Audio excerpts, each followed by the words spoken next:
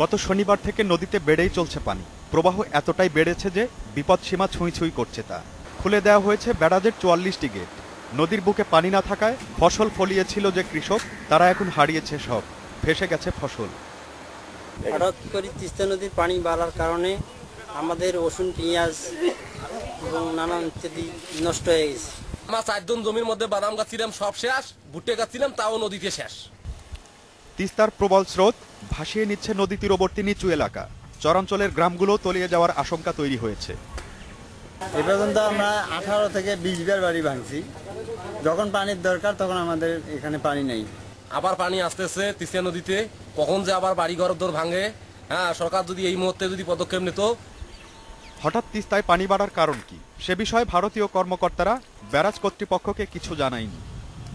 পানির লেভেল এখনো বন্যা পরিস্থিতির অবস্থা পৌঁছায়নি, তবে আমরা পর্যবেক্ষণ রেখেছি। আমি এবং আমার সহকর্মীরা এবং এলাকার লোকজনকে বলে রেখেছি, যদি কোথাও বন্যা পরিস্থিতির অবস্থা হয় এবং ভাঙন তৈরি হয় আমরা সাথে সাথে ব্যবস্থা নেব। একবার পানি শূন্যতা, একবার অতিরিক্ত পানি, এই দুই হিসাবের গাড়াকলে পড়ে থাকতে চায় না তিস্তা পাড়ের মানুষ।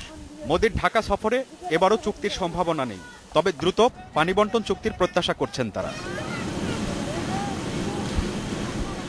Zahurul Islam Johnny, independent news.